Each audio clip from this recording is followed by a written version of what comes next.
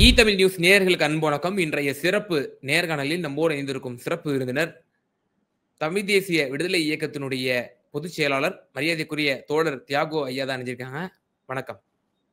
வணக்கம். தமிழர்களின் தாகம் தமிழீழ தாயகம் என்கிற இந்த தாரக மந்திரம், நீங்கள் ஈழம் சம்பந்தமான பல பதிவுகள், பல அந்த அந்த வரலாற்று சான்றுகளோடு நீங்க பல ஊடகங்களையும் பல மேடைகளிலும் வந்து நீங்க பகிர்ந்திருக்கீங்க. இது ஒரு ஆறாத ஒரு வடு. கிட்டத்தட்ட இறுதி போர் முடிந்து 16 ஆண்டுகள் வந்து கடந்து விட்டன. இன்னும் அதற்குண்டான எந்த ஒரு முன்னெடுப்போ அது பற்றியான எந்த ஒரு சிந்தனையோ எதுவும் பெரிதாக இப்போதைக்கு இல்லையா? அந்த இறுதி போர் கட்டத்திலே என்னென்னவாக அந்த சூழ்நிலை வந்து இருந்தது? இது பற்றி உங்களுக்கு உணர்வுபூர்வமான பல அனுபவங்கள் இருக்கிறதுனால உங்களை அணுகியிருக்கோம். உங்களுடைய தகவலை கொஞ்சம் பகிர்ந்துங்க சார்.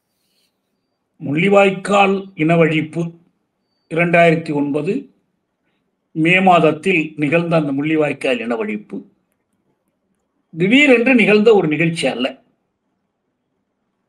48ஆம் ஆண்டு பிப்ரவரி 4ஆம் நாள் தமிழீழத்தின் அதிகாரம் சிங்களர் கைக்கு சென்றதிலிருந்து தொடர்ந்து வாக்குரிமை பறிப்பு, குடியுரிமை பறிப்பு, தமிழ் மொழி உரிமை பறிப்பு, தன்னாட்சி பறிப்பு என்று அடுத்தடுத்து நடந்த நிகழ்ச்சிகள். இடையிடையில் பல்வேறு இன வதைகள், நரவேட்டைகள் 56ல் பல கட்டங்கள்ல நடந்துச்சு. தனிச்சிங்கள சட்டத்துக்கு எதிரான போராட்டம் அப்படித்தான் ஒடுக்கப்பட்டுச்சு. இன்னொரு பக்கம் தமிழர்கள் சார்பில் தந்தை செல்வா அவர்கள் அவ்வப்போது சிங்கள ஆட்சிகளோடு பேச்சுவார்த்தை நடத்தி உடன்பாடு கண்டார்கள். அந்த உடன்பாடுகள் மை உலரும் முன்பே கிழித்தெறியப்பட்டன. டிசி ஒப்பந்தம், அதுபோல பிசி ஒப்பந்தம், பண்டார நாயக்கோடு போட்டது, டட்லி சேனநாயக்காவோடு போட்டது என்று பல ஒப்பந்தங்கள். ஒரு கட்டத்தில் தமிழர்கள் இனி சிங்களவர்களோடு நாம் சேர்ந்து வாழ முடியாது என்ற முடிவை 76ஆம் ஆண்டு வட்டுக்கோட்டை தீர்மானத்தின் மூலமாக எடுத்தார்கள். தனித்தமிழிடம்தான் தீர்வு என்ற முடிவுக்கு வந்தார்கள். ஒரு சோசியலிச தமிழீழத்தை அமைப்பதற்காக இனி போராடுவோம் என்றார்கள். ஆனால் அந்த போராட்டம் மக்களுடைய தீர்ப்பை 77ஆம் ஆண்டு பொதுத் தேர்தலில் பெற்றது. இந்த மக்கள் தீர்ப்பை, ஜனநாயக கட்டளை, டெமோக்ராட்டிக் மேண்டேட், அதை சிங்கள அரசுகள் எதுவும் மதிக்கல. அது மட்டுமல்லாமல் 83ல் ஜூலை படுகொலை நடந்தது. பொதுவா பாதுகாப்பான இடம் சிறைச்சாலைனா அந்த சிறைச்சாலைக்குள்ளேயே தமிழ் தலைவர்கள் கொடூரமாக வதைத்து கொல்லப்பட்டார்கள். விழிகளை பிடுங்கி மிதித்து அவர்களை கொலை செய்தார்கள். இத்தனையும் நடந்த காரணத்தினால்தான் தமிழர்களுக்கிடையில் ஆயுத போராட்டம் எழுந்து வளர்ந்தது. அந்த ஆயுத போராட்டத்தின் வழியாக அவர்கள் தங்கள் இறைமையை, தமிழர்களுக்குரிய இறைமையை மீட்பதற்காக போரிட்டார்கள். அதில் யார் உறுதியாக நின்றார்களோ, சிங்கள அரசினுடைய சூழ்ச்சிகளை மட்டுமல்ல, இந்திய வல்லரசினுடைய சூழ்ச்சிகளையும் எதிர்த்து யார் உறுதியாக களத்தில் நின்றார்களோ அவர்கள் அந்த போராட்டத்தில் தலைமை அமைப்பாக உருவெடுத்தார்கள். தலைவர் பிரபாகரன் தலைமையில் விடுதலை புலிகள் அத்தகையதொரு விடுதலை தலைமையாக உருவெடுத்தார்கள். அவங்களோடு இந்திய அரசு பேசியது, சிங்கள அரசு பேசியது, மற்ற குழுக்களையும் சேர்த்து கொண்டு திம்பு பேச்சுவார்த்தை நடந்துச்சு. அதுல அடிப்படை கோட்பாடுகளை அவர்கள் முன்வைத்தார்கள். இறுதியாக ஒரு கட்டத்தில் சிங்கள அரசோடு சேர்ந்து ராஜீவ்காந்தி தலைமையிலான இந்திய அரசு இந்திய படையை அனுப்பி அவர்களை ஒழித்து கட்ட முற்பட்டது. அதை எதிர்த்து போராடி அவர்கள் தங்கள் மண்ணை பாதுகாத்தார்கள்.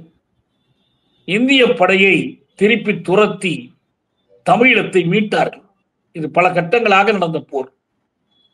அந்த நிலையில்தான் போரை மட்டுமே கொள்கையாக கொண்ட, எந்த பேச்சுவார்த்தைக்கும் இடம் கொடுக்காத, சிங்கள பௌத்த இனவெறியின் அடிப்படையிலான ஒரு படையை திரட்டி தமிழர்கள் மீது மஹிந்த ராஜபக்ஷ போர் தொடுத்தார். அப்போது இராணுவத்துறை செயலாளராக இருந்தவர் அவருடைய இளவல் கோட்டபய ராஜபக்ஷ. அவர்கள் நடத்திய அந்த போரில் தான் நீங்கள் 2008-09 அந்த போர் தீவிரமடைந்து தமிழர்களுக்கு எதிரான இனவழிப்பாக மாறியது. போரின் இறுதி கட்டத்தில் தலைவர் பிரபாகரன் வீரச்சாவடைந்தார். தமிழீழ விடுதலை புலிகள் களத்தில் மாண்டு போனார்கள். ஆயுத போராட்டம் கைவிடப்பட்டது. ஆயுதங்களை மௌனித்து விட்டதாக புலிகளை அறிவித்தார்கள். ஆனால் இலக்கு மாறவில்லை, போராட்ட வடிவங்கள் தான் மாறியுள்ளன என்று தலைவர் பிரபாகரன் சொன்னார். இன அழிப்புக்கு பிறகு அந்த போராட்டம் நீதிக்கான போராட்டமாக உருவெடுத்தது. இனக்கொலை செய்யப்பட்ட மக்களுக்கு மீண்டும் ஒரு இனக்கொலை செய்யப்படாமல் வாழ்வதற்கு அவர்கள் ஒரு அரசியல் தீர்வை காண வேண்டும். நான் ரெக்கரன்ஸ் ஆஃப் கிரைம்ஸ், குற்றங்கள் மீண்டும் நிகழாமல் தடுக்க வேண்டும். அதற்கான ஈடுசெய் நீதிக்கான போராட்டம் தாயகத்தில் அன்று தொடர்ந்து இன்றும் நடக்கிறது. வலிந்து காணாமலாக்கப்பட்டவர்களின் தாய்மார்கள் 1000 நாட்களுக்கு மேலாக போராடி கொண்டிருக்கிறார்கள். இராணுவம் கைப்பற்றிய நிலத்தை மீட்பதற்காக மக்கள் போராடுகிறார்கள். போர் முடிந்தாலும் போர்க்கைதிகளாக பிடிபட்டவர்கள் தமிழர்கள் இன்னும் விடுதலை செய்யப்படாமல் இருக்கிறார்கள். சிங்கள இராணுவம் தமிழர் பகுதியில் கால் பரப்பி நிற்கிறது.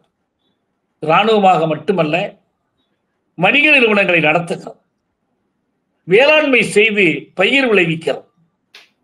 மக்களுக்கு எதிரான பொருளியல் சுரண்டலில் அந்த இராணுவம் ஈடுபட்டுள்ளது. பயங்கரவாத தடை சட்டம் தொடர்கிறது. இதையெல்லாம் எதிர்த்து அந்த மக்கள் தொடர்ந்து போராடுகிறார்கள். இதற்கு நிகராக 2009 தொடங்கி இன்று வரையிலும் ஐக்கிய நாடுகள் மனித உரிமை பேரவையில் ஒரு போராட்டம் நடந்து கொண்டே இருக்கிறது. 2009 மே மாத கடைசியில் நவநீதம் பிள்ளை அம்மையார் மனித உரிமை பேரவையினுடைய உயர் ஆணையராக இருந்த காலத்தில் ஒரு சிறப்பு கூட்டத்தை கூட்டினார். ஆனால் அந்த கூட்டம் ராஜபக்சேக்கு பாராட்டு தெரிவித்து தீர்மானம் இயற்றியது. பொதுவான ஒரு விசாரணை நடத்த வேண்டும் என்ற கோரிக்கை மறுக்கப்பட்டது. ஆக உலகம் இந்த இன அழிப்புக்கான தமிழர்களுக்கு நீதி செய்ய மறுத்து இன அழிப்பு குற்றவாளிகளின் வெற்றியை கொண்டாடியது. ஆனால் சாட்சிகளற்ற போரை ராஜபக்சே நடத்தினாரே தவிர சாட்சியம் இல்லாத போர் அல்ல. நிறைய சான்றுகள் வெளிப்பட்டன.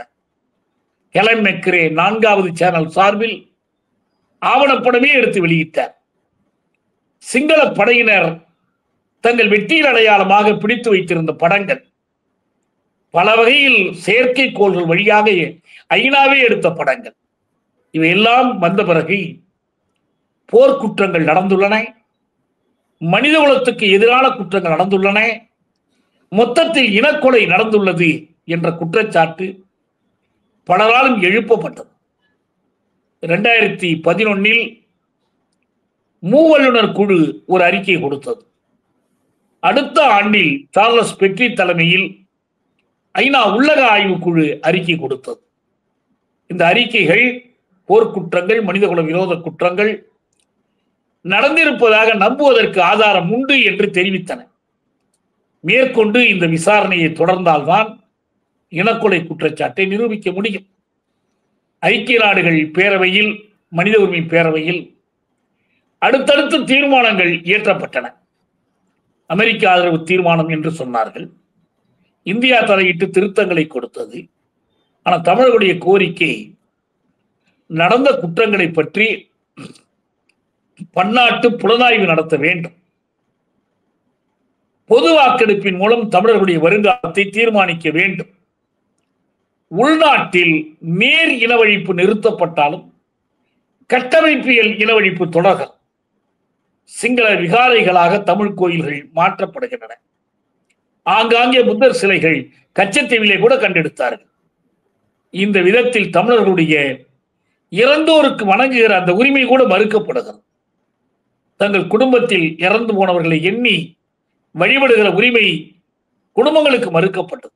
இதையெல்லாம் உலகம் பார்த்து கொண்டிருந்ததால் 2015 ஆண்டு தேர்தலில் ராஜபக்ஷ தோற்கடிக்கப்பட்டு தமிழர்கள் ஆதரவோடு மைத்திரிபால சிறிசேனா அதிபராக வெற்றி பெற்றார். அவர் எதிர்க்கட்சிகளின் பொது வேட்பாளராக போட்டியிட்டார். அதே ஆண்டில் ரணில் விக்ரமசிங்கா பிரதமராக தேர்ந்தெடுக்கப்பட்டார். தமிழர்களுக்கு புதிய சட்டம் கொண்டு வருவதாக இவர்கள் உறுதி கொடுத்தார்கள். தமிழர்களுடைய கோரிக்கைகளை தாங்கள் கொஞ்சம் கொஞ்சமாக நிறைவேற்றி வைப்போம் என்றார்கள். ஆனால் உருப்படியாக எதுவுமே நடைபெறவில்லை. தமிழர்களுக்கு எதிராக சர்வதேச சட்டங்களை மீறி பன்னாட்டு குற்றம் புரிந்த ஒரு சிங்கள சிப்பாய் கூட கூண்டில் நிறுத்தப்படவில்லை. யாரையும் நாங்கள் தண்டிக்க மாட்டோம் என்றார்கள். தமிழ் அரசியல் கைதிகள் விடுவிக்கப்படவில்லை. தமிழர்களிடம் மீட்டளிக்கப்படவில்லை. இராணுவ குவிப்பு நிறுத்தப்படவில்லை. தமிழர்கள் அடியோடு ஏமாற்றப்பட்டார்கள். ஆனால் இவர்கள் இருவரும் ஆட்சிக்கு வந்து உலகத்தின் முன்னர் ஒரு அறிக்கை முன்வைக்கப்பட்டது. 2014 OISL Office of the High Commissioner for Human Rights Investigation on Sri Lanka என்று அதுக்கு விளக்கம். அந்த அறிக்கை மார்த்தி அத்திசாரி தலைமையிலான ஒரு அறிவுரைஞர் குழு ஆலோசனைப்படி அந்த அறிக்கை வெளிவந்தது. முதல் முறையாக ஐநாவில் முன்வைக்கப்பட்ட அந்த அறிக்கை ஒரு செய்தியை சொன்னது. நடந்தவை தற்செயலான குற்றங்கள் அல்ல. தனிப்பட்ட சிப்பாய்கள், தனிப்பட்ட காவல்துறையினர், தனிப்பட்ட இராணுவத்தினர் செய்த குற்றங்கள் அல்ல. இவை அமைப்பு சார் குற்றங்கள், சிஸ்டமிக் கிரைம்ஸ். தமிழர்கள் மீது இனப்பாகுபாட்டோடு நிகழ்த்தப்பட்ட குற்றங்கள். இது குறித்து விசாரிப்பதற்கு ஒரு உள்நாட்டு பொறிமுறை இருந்தால் போதும் என்று சிங்கள அரசு கூறியது. பன்னாட்டு பொறிமுறை வேண்டும் என்று தமிழர்கள் கேட்டார்கள். ரெண்டுக்கும் பொதுவாக ஹைபிரிட் மெக்கானிசம், கலப்பு பொறிமுறை என்ற ஒன்றை ஏற்படுத்துகிறோம் என்று அன்றைக்கு மனித உரிமை உயர் ஆணையராக இருந்த ராத் அல் ஹுசைன், ஜோர்டானை சேர்ந்தவர், அவர் ஆலோசனை கூறினார். இறுதியாக 30-1 என்று ஒரு தீர்மானம் ஐநா மனித உரிமை பேரவையில் ஒருமனதாக இயற்றப்பட்டது. அந்த தீர்மானம் என்ன சொன்னது என்றால், ஸ்ரீலங்கா அரசு இந்த குற்றங்களை விசாரிக்க சிறப்பு தீர்ப்பாயங்களை அமைக்க வேண்டும். அந்த சிறப்பு தீர்ப்பாயங்களிலும் அவற்றுக்காக வழக்கு தொடுக்கிற அதிகாரிகளிலும் புலனாய்வு செய்கிற அதிகாரிகளிலும் காமன்வெல்த் உள்ளிட்ட பன்னாட்டு பிரதிநிதிகள் இடம்பெற வேண்டும். இதான் அந்த தீர்மானம். 2015 நிறைவேற்றப்பட்ட தீர்மானம். இது என்ன ஆண்டு? 2025.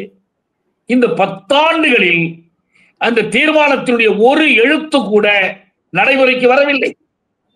காணாமல் போனவர்களுக்கான ஒரு அலுவலகம் உருவாக்க வேண்டும் என்றார்கள். ஆபீஸ் ஆஃப் மிஸ்ஸிங் பர்சன்ஸ் உருவாக்கினார்கள். ஆனால் பன்னாட்டு பங்கேற்பு இல்லை. காமன்வெல்த்தை சேர்ந்த யாரும் இல்லை. காணாமல் அடித்தவர்கள் யாரோ அவர்களை கொண்டே காணாமலாக்கப்பட்டவர்களுக்கான அலுவலகம் தொடங்கப்பட்டது. இதுதான் நிலைமை. இதுக்கு பிறகு இந்த தீர்மானத்தை நடைமுறைப்படுத்துவதற்கு 2 ஆண்டு அவகாசம், ஓராண்டு அவகாசம், ஈராண்டு அவகாசம் தள்ளி தள்ளி போட்டது சிங்கள அரசு. தமிழ் தலைமைகள் இதற்கு உடந்தையாக இருந்தார்கள்.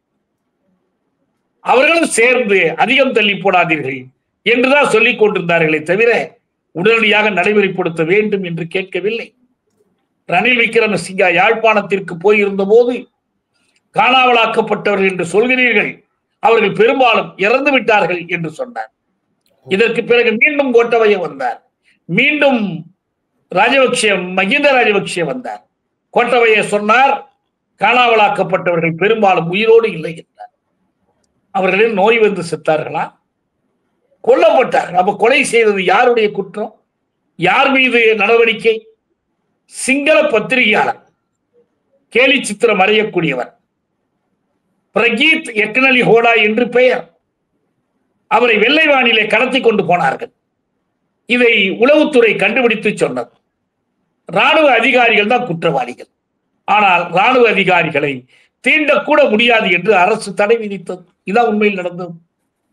கொல்லப்பட்டவன் தமிழரானாலும் சிங்களவனானாலும் கொலை செய்த யாரையும் தண்டிக்க ஸ்ரீலங்கா அரசு தயாராக இல்லை.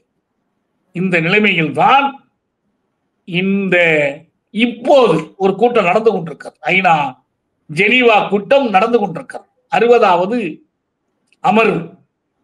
இதற்கு முன்னதாக இடையில் வந்த மனித உரிமை ஆணையர்கள், உயர் ஆணையர்கள் மிஷேல் பஷலே, இன்றைக்கு இருக்கக்கூடிய வோல்கர் டர்க், இவர்கள் எல்லோரும் ஸ்ரீலங்கா அரசு எங்களோடு ஒத்துழைக்கவில்லை, எந்த விதத்திலும் பொறுப்பு கூறல் நடவடிக்கைகளை மேற்கொள்ளவில்லை.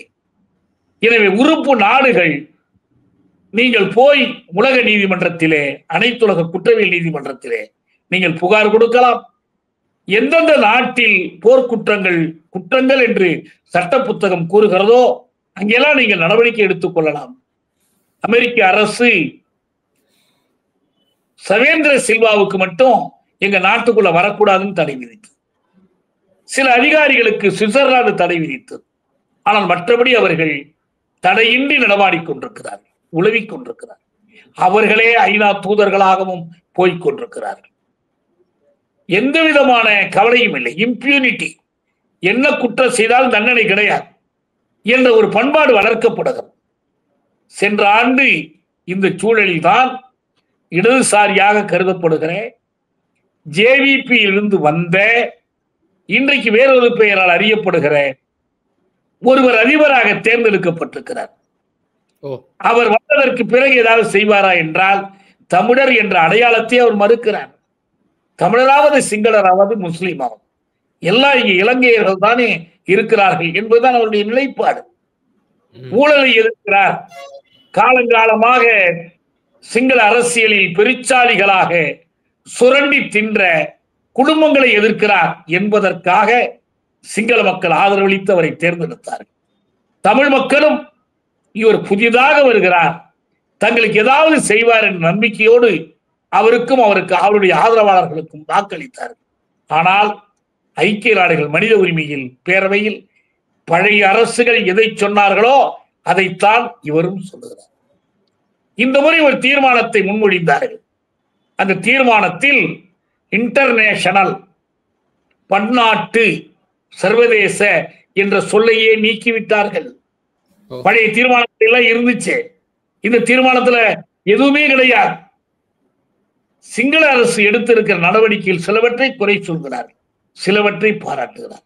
ஆனால் பொது வாக்கெடுப்பு பற்றி பேச்சே இல்லை, ராணுவ குறைப்பு பற்றி பேச்சு இல்லை, காணாமலாக்கப்பட்டவர்களுக்கான நடவடிக்கை குறித்து பேச்சு இல்லை. ஆக மொத்தத்தில் சிங்கள அரசு உலகத்தை ஏமாற்றுகிறது, சிங்கள அரசோடு சேர்ந்து உலகம் தமிழர்களை ஏமாற்றிக் கொண்டிருக்கிறது. இதுதான் உண்மை. தமிழர்களுக்கு ஒரே இறுதி ஈழப்படுகொலையில இந்திய அரசு, இந்த இந்திய ஒன்றியத்தினுடைய பங்களிப்பு எந்த அளவுக்கு இருந்துச்சு? தமிழ்நாடு நம்ம இந்த ஒரு மாநிலம், இந்த மாநிலத்தை சார்ந்த நம்ம தமிழ் மக்கள் தொடர்ந்து நம்ம அதனுடைய உயிர் மூச்சாக நம்மளுடைய இந்த உணர்வான ஒரு இதை நம்ம வெளிப்படுத்துவோம்.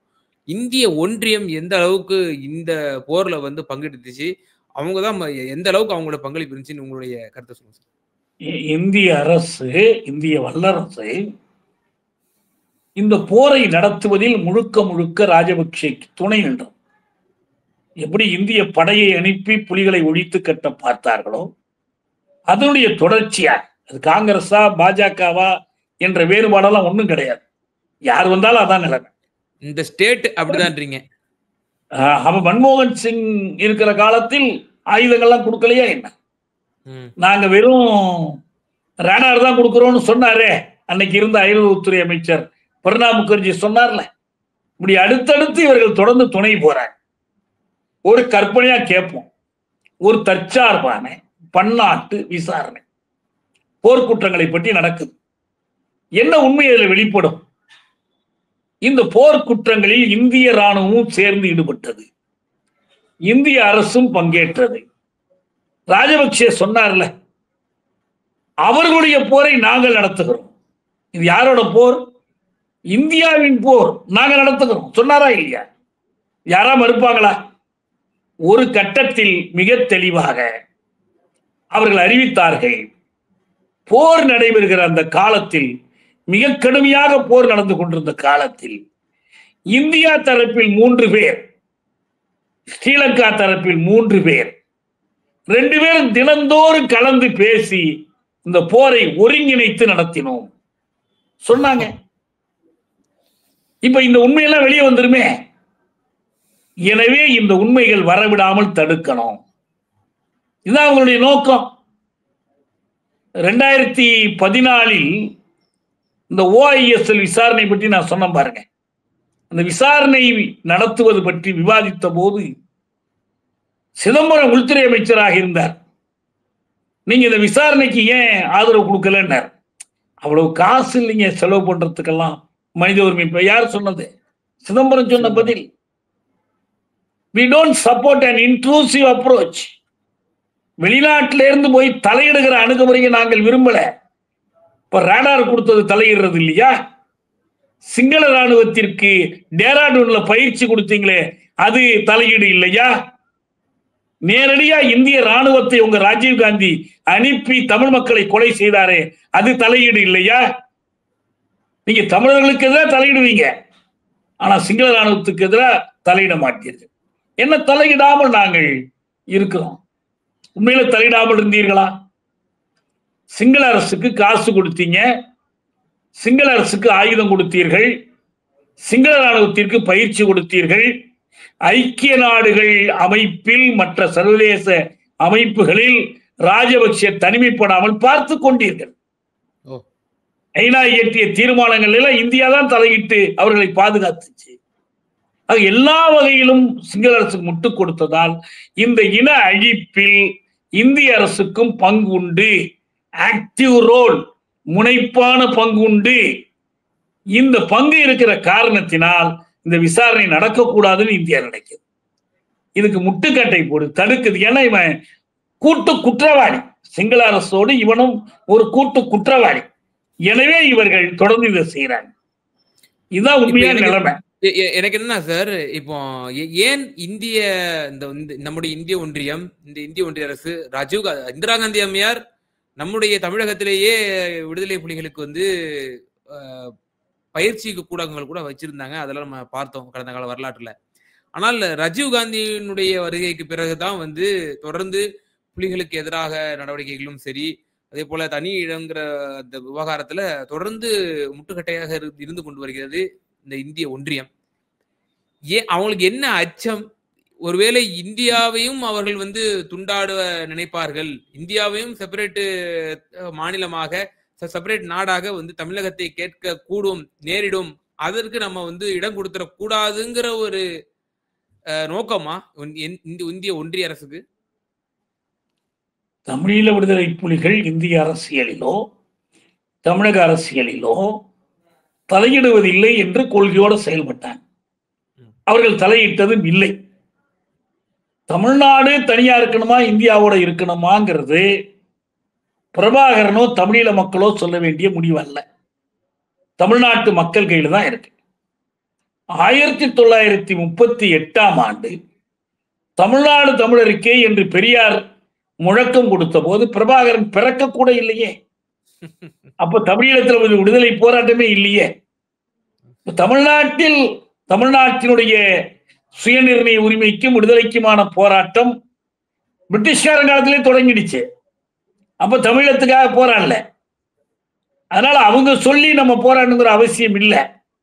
அவங்க சொன்னாலும் சொன்னாலும் நமக்கு தேவைப்பட நம்ம போராட போறோம். தேவையில்லைன்னா அவங்க சொன்னாலும் அது நிறைவேறாது. 83 ஜூலை படுகொலையின் போது மாநிலங்களவையில் வைகோவுக்கு பதில் சொல்லும் போதுதான் இந்திரா காந்தி சொன்னது, இலங்கையில் நடப்பது இனப்படுகொலை, இந்தியா வேடிக்கை பார்க்காது. நரசிம்மராவை இங்கிருந்து அனுப்பி வைத்தார். கொழும்பு வீதிகளில் எரிந்து கொண்டிருந்த கடைகளை, கட்டடங்களை, வீசி கிடந்த பிணங்களை எல்லாம் பார்த்து கொண்டுதான் அவர் போனார். அங்கு போன உடனே இந்திய பிரதமர் சொல்லி அனுப்பியிருக்கிறார், தமிழர்களுக்கு எதிரான இந்த வன்முறையை நீங்கள் நிறுத்துகிறீர்களா, நாங்கள் நிறுத்தட்டுமான்னு கேட்டார். அப்புறம் தான் அது நின்றுச்சு. அப்ப அந்த அளவுக்கான ஒரு இனக்கொலை என்றால் என்ன செய்யணும் இந்திரா காந்தி? தமிழர்களின் விடுதலைக்கான போராட்டத்தை ஆதரிக்கணும்ல. இனக்கொலை செய்யும் இலங்கையில் நீங்கள் சேர்ந்து இருங்கள்னு சொல்றதுக்கு உங்களுக்கு என்ன உரிமை இருக்கு?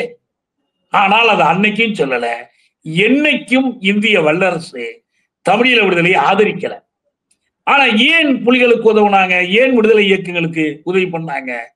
ஏனென்றால் தெற்காசிய அளவிலும் உலக அளவிலும் நடக்கக்கூடிய அரசியல், அந்த அரசியல் புவிசார் அரசியல் போட்டியில் இலங்கை அரசை தங்கள் பக்கம் வைத்துக் கொள்ளுவதற்கு தமிழர்களை காட்டி மிரட்ட பார்த்தாங்க.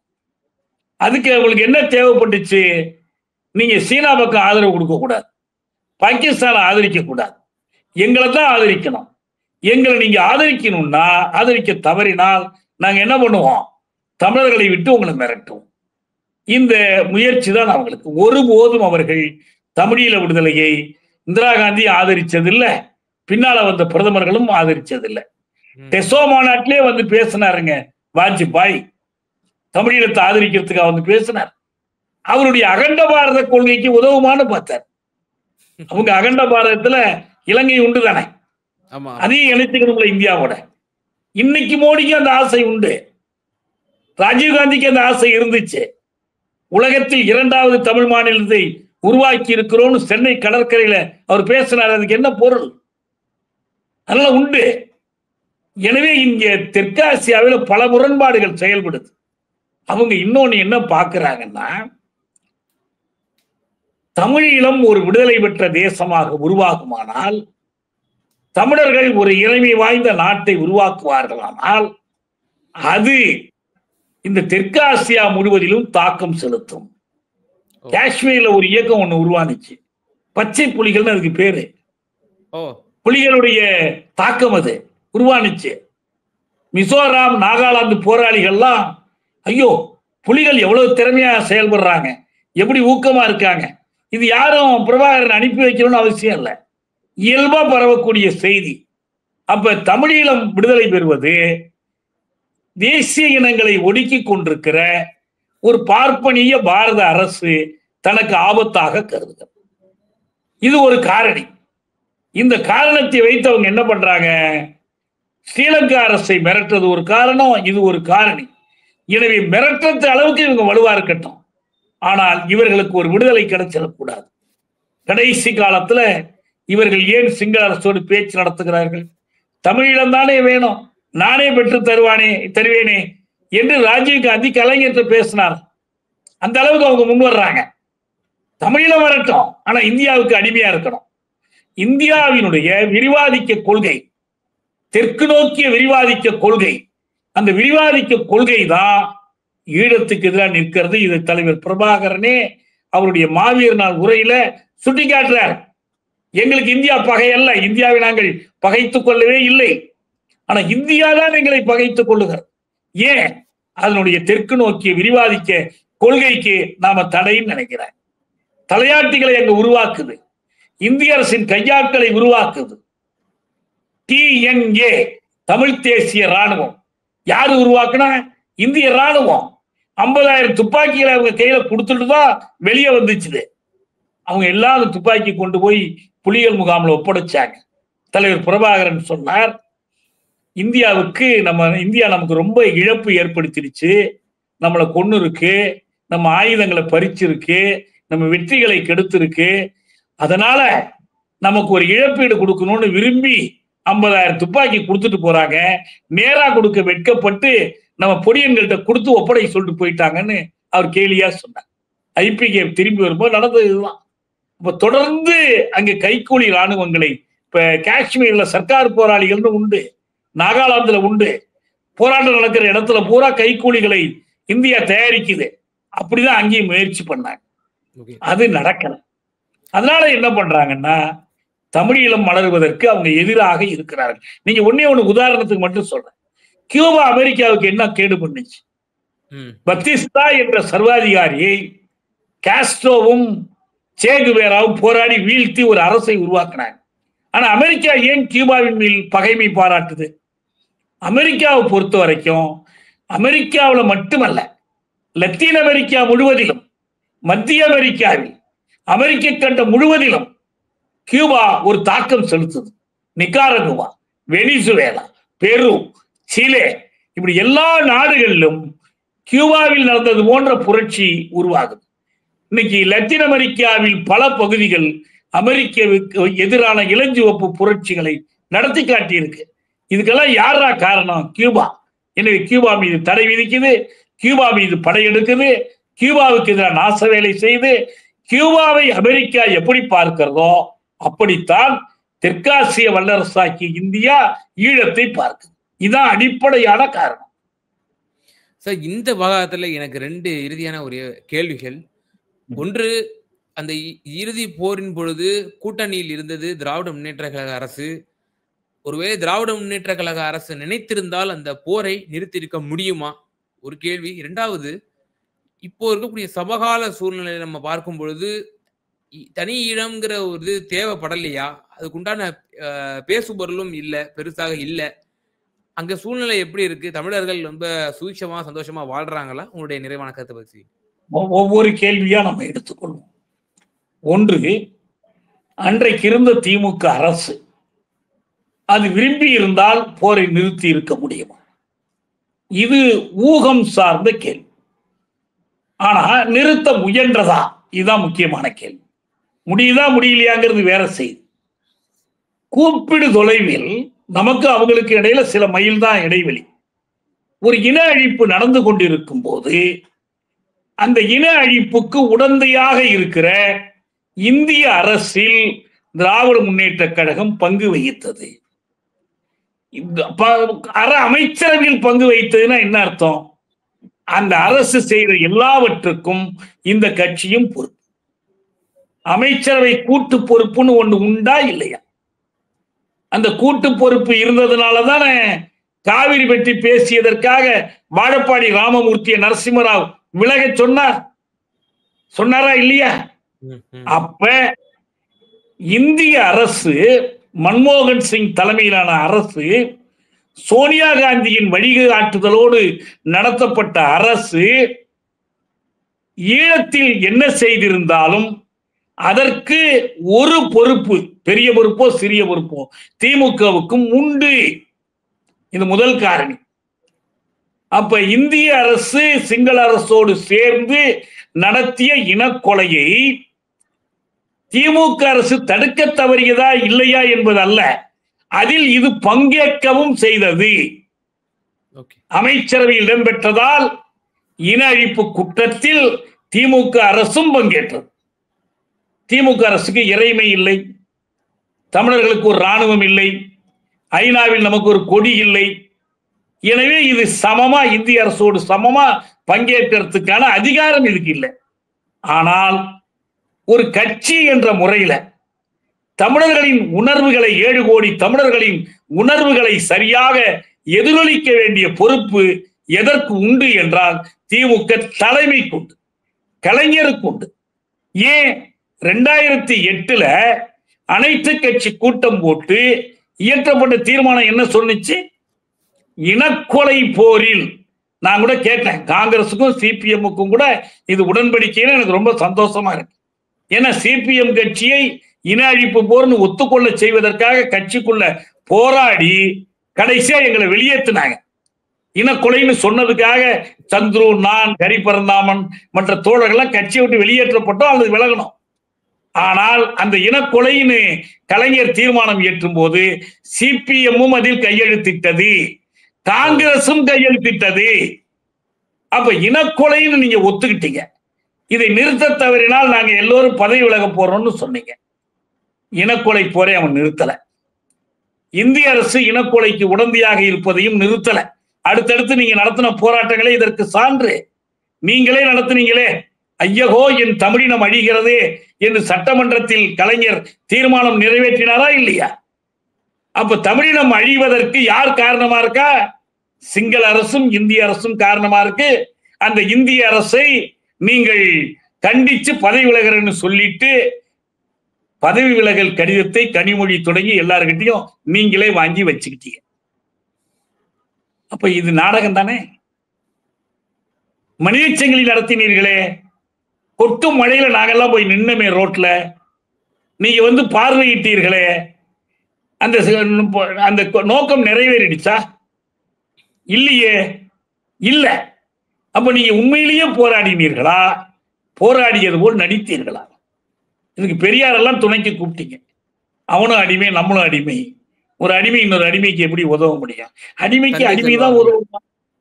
ஆமா, ஏன் இல்ல? தந்தை செல்வாட்டு அவர் சொன்னது. நான் ஒரு புத்தகம் எழுதியிருக்கேன், ஈழம் மெய்ப்படும். இதெல்லாம் எழுதியிருக்கிறேன். ஏன் முடியாது? அடிமை இன்னொரு வியட்நாம் அடிமைக்கு லாவோஸ் அடிமை உதவனா, லாவோஸ் அடிமைக்கு வியட்நாம் அடிமை உதவனா? ஒவ்வொரு புரட்சியிலையும் அடிமைகள் தானே ஒருத்தருக்கு ஒருத்தர் உதவி இருக்கிறாங்க. ஏன் உதவ முடியாது? நிச்சயமா முடியும். அடிமை நானும் அடிமைன்னு சொன்னது உதவ மாட்டேங்கிறதுக்காக இல்ல. நாங்கள் சுதந்திரமா இருக்கிறோம் நீங்க நினைச்சுக்காதீங்க. நாங்களும் அடிமைப்பட்ட தேசம் தான். பெரியார் சொன்னதை ஒத்துக்கிட்டு தமிழ்நாடு தமிழருக்கே முழக்கத்தை திமுக கையில் எடுத்துச்சா?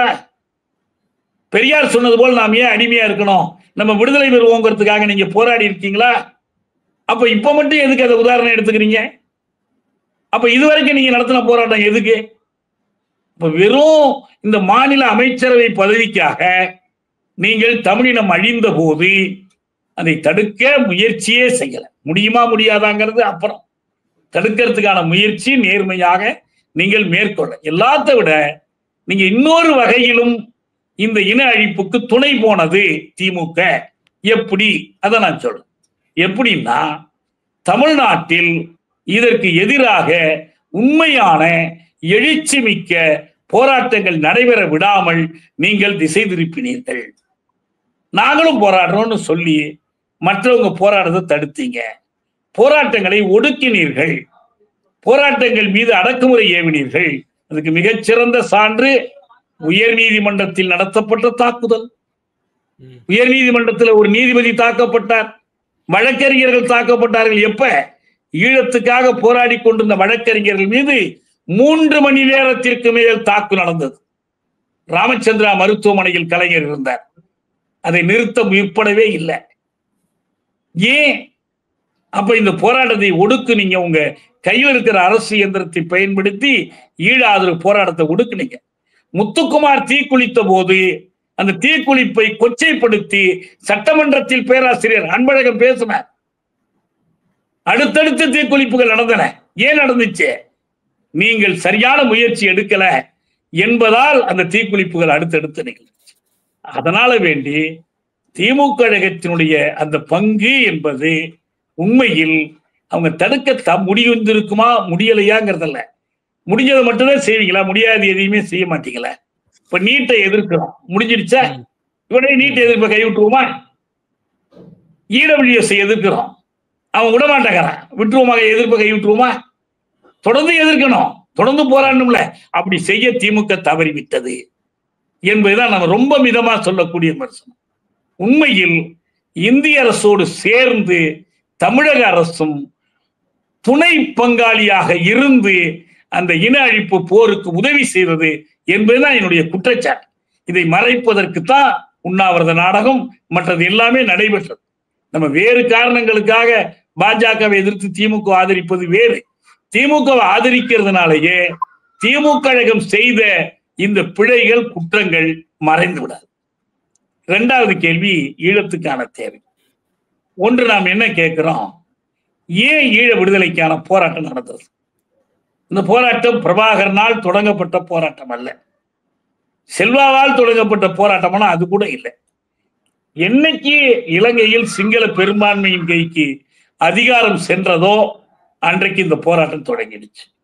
அதுக்கு ஒரு வடிவம் கொடுத்தாங்க. அடுத்தடுத்து மட்டுக்கோட்டை தீர்மானம், 77 பொது தேர்தல், 83 நடந்த போராட்டங்கள், இப்படி பல வழிகளில் முன்னேறிச்சு. இந்த பின்னணியில பாத்தீங்கன்னா முள்ளிவாய்க்கால் இன அழிப்பு, பிரபாகரன் கொல்லப்பட்டது, அவருடைய வீர சாவு, ஆயுத போராட்டம் ஓய்ந்தது, இவை எல்லாம் ஏற்படுத்தி இருக்கிற விளைவுகள் என்னன்னு சொன்னா, அந்த இன விடுதலை போராட்டத்திற்கான தேவைகள் மறைந்து விடவில்லை. மொழி உரிமை இப்ப கிடைச்சிடுச்சா? நில உரிமை இப்ப கிடைச்சிடுச்சா? தன்னாட்சி உரிமை இப்ப கிடைச்சிடுச்சுதா? தமிழர்கள் மீதான தாக்குதல் ஓஞ்சிடுச்சா? எதுவுமே மாறல. ஸ்ரீலங்காவினுடைய அரசமைப்பு சட்டம் சிங்கள பௌத்த பேரினவாத அரசமைப்பு சட்டம், அதுல ஒரு எழுத்தை மாத்தி இருக்கிறாங்களா? ஒரு வார்த்தையை மாத்தி இருக்காங்களா? தமிழர்கள் இறைமை மீண்டு விட எதுவுமே இல்லை. இப்ப காரணங்கள் மறையாத போது காரியங்கள் எப்படி மறையும்? அப்ப இன்றைக்கும் இன ஒடுக்குமுறை நீடிக்கிறது. அந்த இன ஒடுக்குமுறைக்கு எதிரான போராட்டம் நீடிக்கிறது. போராட்ட வடிவங்கள் மாறி இருக்கின்றன. போராட்டத்தினுடைய இலக்கு மாறவில்லை. எனவே தமிழீழம் இன்றைக்கும் தேவை. எப்படி பாலத்தீன விடுதலை போராட்டம் நெக்பாவில் தொடங்கியது, 75 ஆண்டுக்கு முன்னால் ஆரம்பிச்சிச்சு, ஆனா இன்றும் தொடர்கிறது. பாலத்தீன மக்கள் இறைமை மீட்கப்படுகிற வரைக்கும் தொடரும். அதேதான் தமிழீழத்திற்கு. நீ எத்தனை இன அழிப்புகள் நடந்தாலும் மீண்டும் மீண்டும் அந்த போராட்டம் உயிர்ப்புடன் திகழும். ஈகத்திற்கும் வீரத்திற்கும் தமிழீழ மக்கள் எந்த குறையும் வைக்க மாட்டார்கள். மீண்டும் மீண்டும் போராடி தமிழர் தாகம் தமிழீழ தாயகம் என்பது மெய்ப்பிக்கப்படும். அது வெறும் ஈழத்தமிழர்களுடைய போராட்டம் அல்ல, அது உலகத் தமிழர்களுடைய போராட்டம். இன அழிப்புக்கு எதிரான உலக மக்கள் இனங்களுடைய போராட்டம். ஒரு புதிய உலக ஒழுங்கை காண்பதற்கான போராட்டம். இந்த போராட்டத்தில் நம் அனைவருக்கும் பங்கு இருக்கிறது. தமிழீழம் உறுதியாக வெல்லும், ஈழம் மெய்ப்படும். அதுதான் உறுதியான செய்தி. நன்றி, வணக்கம். நன்றி சார்.